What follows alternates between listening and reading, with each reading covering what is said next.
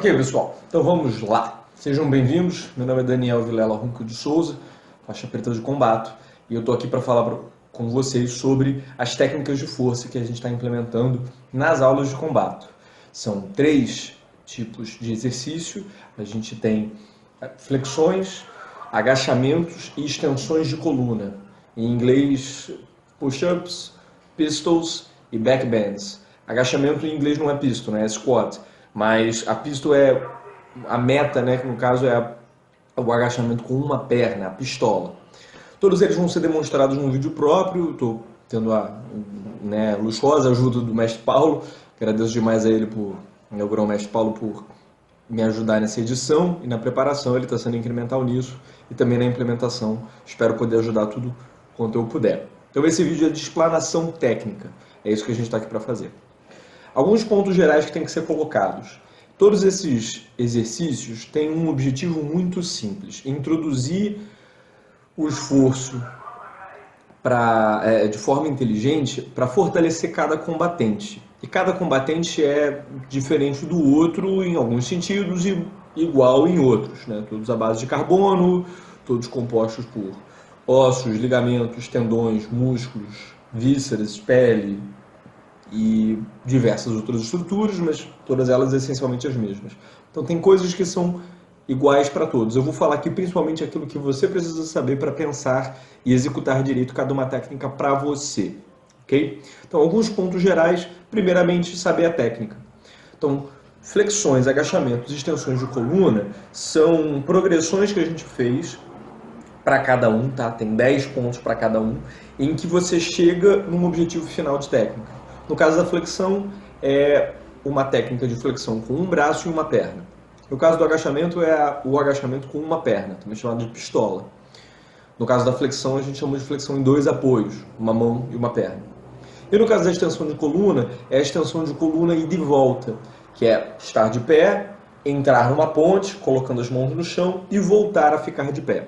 Então, sem apoio nenhum que não seja o próprio chão.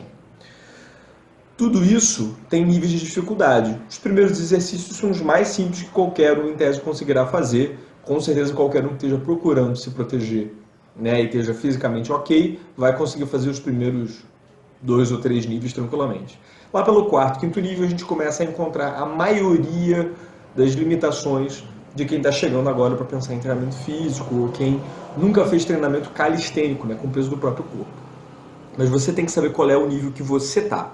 Então, olha o vídeo, pergunta, manda dúvida. A gente vai colocar aqui o e-mail para você poder mandar a dúvida para combate. A gente vai tentar te orientar sobre o que você pode ler, onde você pode conseguir o conhecimento. Tá? Mas você tem que saber a técnica. Isso é uma verdade para toda a tua vida de treinamento físico, mas é maior ainda agora. Selecione o seu nível. Então não adianta de nada você saber cada uma das técnicas do nível de progressão, mas você não saber onde você está. É importante que você selecione aquele adequado. Como que eu seleciono, Daniel? Muito simples. Se você consegue fazer 5 ou mais repetições, aquele nível com certeza é seu. Se você não consegue fazer nem 3 repetições, aquele nível não é seu. E, obviamente, se você não faz com boa técnica nenhuma repetição, você está longe daquele nível ainda. Por que eu vou selecionar um nível que eu já consigo fazer mais 5 repetições, se na maioria das vezes a técnica, né, vai ser feita em séries de 5 repetições? É porque essa é a faixa de força. Essa é a faixa em que a gente consegue colocar você por um tempo de exposição à técnica e em que você está estimulando a força naquele movimento. A gente não está aqui para melhorar a tua resistência, nem necessariamente a sua potência e explosão desses exercícios. O que a gente quer agora é desenvolver força neles. Então descobre o seu nível para conseguir fazer 5 ou mais repetições. Não tenha pressa. A tua progressão é totalmente individual. Se você nunca fez esses exercícios, as primeiras 3 a 6 semanas de execução vão introduzir muito avanço. E as próximas vão introduzir menos e progressivamente assim. É o princípio de ganhos diminutos que rege a nossa fisiologia. Então não tenha pressa, você vai chegar quando você chegar. Segue o programa que vai dar tudo certo. Você tem que respirar adequadamente. E a respiração adequada depende do exercício e de você. Nos exercícios de flexão e agachamento, essa respiração tem a ver com o movimento, tem a ver com a fase do movimento em que você está fazendo. E nas extensões de coluna também, mas de forma diferente. Porque na extensão de coluna, a gente está muitas vezes, o retorno do movimento é um retorno de flexão para frente, a gente foi e voltou. Então, nessas horas, a gente vai querer soltar o ar e vai sentir uma sensação diferente da flexão e da pistola na hora que a gente for soltar o ar. A minha recomendação é a seguinte: na hora que você for fazer força, você vai querer soltar o ar forçando o seu abdômen. Então, saiba que esse é o momento certo.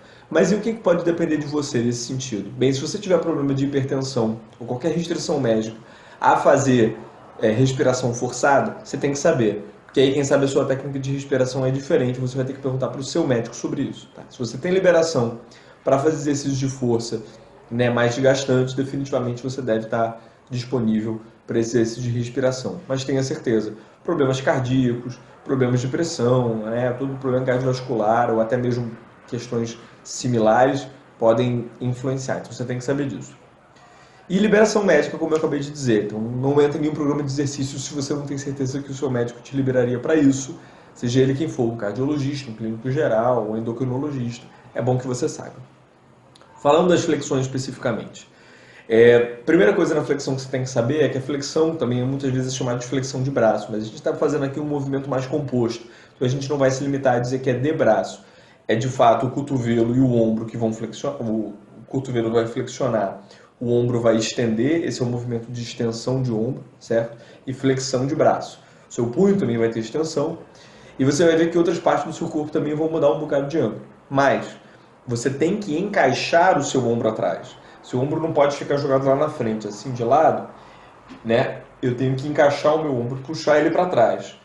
Uma certa elevação de peito, mas com contração, e o ombro tem que estar encaixado. Obviamente isso vai acontecer nos dois lados quando eu estiver usando duas mãos, ou num lado só quando eu só estiver usando uma. A dica é muito simples. Pensa em botar o ombro no bolso oposto. Então, se é o ombro direito, se é o meu ombro direito, eu vou tentar botar ele no bolso esquerdo.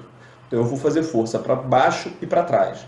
Não adianta de nada você ficar com um peito de pombo muito exagerado. Esse peito de pombo não vai te ajudar. O que importa é a contração e a colocação.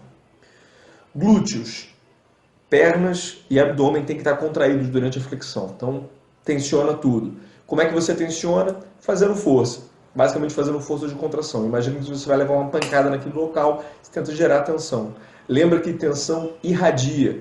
Então eu quero sempre tirar a força de toda a musculatura que eu puder do meu corpo, menos do rosto.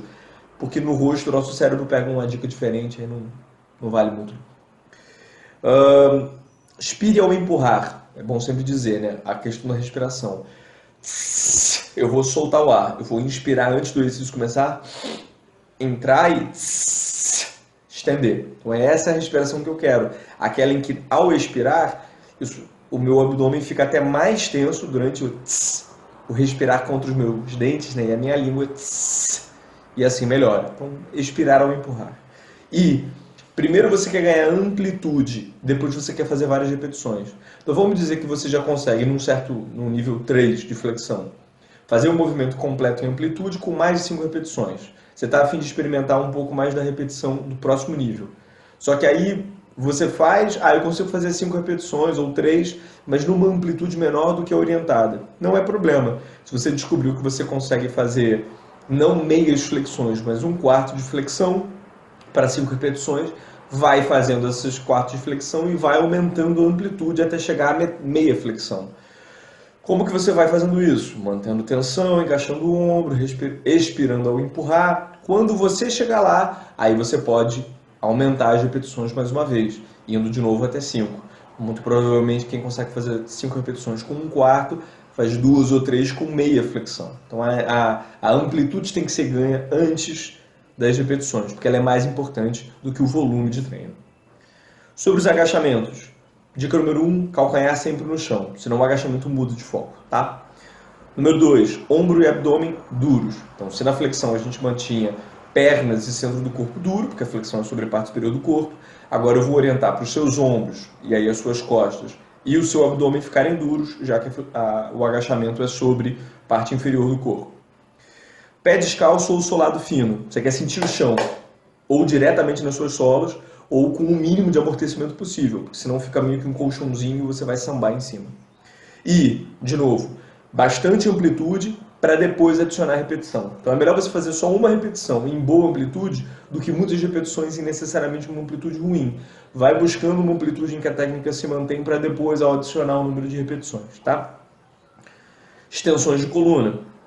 Primeiro, na hora da extensão de coluna, o que você quer é tranquilidade para entrar e não tensão. O movimento já é tenso o suficiente porque ele é muito inédito para a maioria das pessoas. A maioria de nós não olha para trás e vira. Ao contrário, né? A gente costuma pensar que isso é perigoso.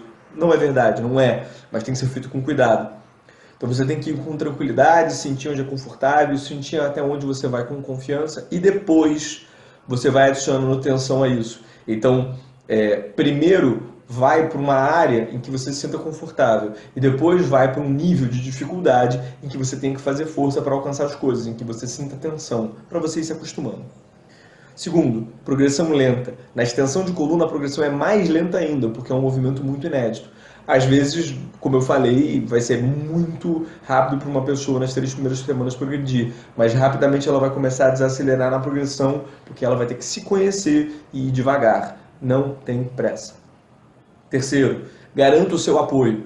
Se você vai se apoiar numa parede, ou se você vai se apoiar num banco, ou se você vai se apoiar num degrau, saiba onde ele está, teste antes a fixação da parede, obviamente não precisa, mas com certeza do banco, se for um móvel, tá? E também a distância que você tá. Não descobre na hora que você ainda não entra sem perceber, ok? A gente não quer um se vira nos 30. E no caso da extensão de coluna, a gente estava falando para flexão e agachamento que amplitude vem antes de repetição. Agora, tempo vem antes de amplitude que vem antes de repetição. Então, mais importante para mim do que você fazer muitas repetições ou fazer a extensão de coluna em toda a progressão, a própria progressão de dificuldade da extensão de coluna vai introduzir amplitude de movimento. Então, o que é mais importante antes é que você, ao invés de fazer 5 repetições, você entre e fique ali 10 a 20 segundos. Você não precisa seguir a orientação de quem está puxando a aula de 1, 2, 3, 4, 5 repetições. Se aquilo for desconfortável para você, você pode só ficar na posição e tentar achar conforto para depois voltar. Uma repetição por mais tempo vai contar mais do que várias repetições mal feitas. Beleza? Qualquer dúvida, é só mandar no e-mail que está aparecendo aqui embaixo que a gente vai te respondendo. Pode ser aqui também no vídeo. A gente vai tentando tirar as suas dúvidas ou então mande para o seu instrutor. Valeu, galera. Tudo de bom. Combato Brasil.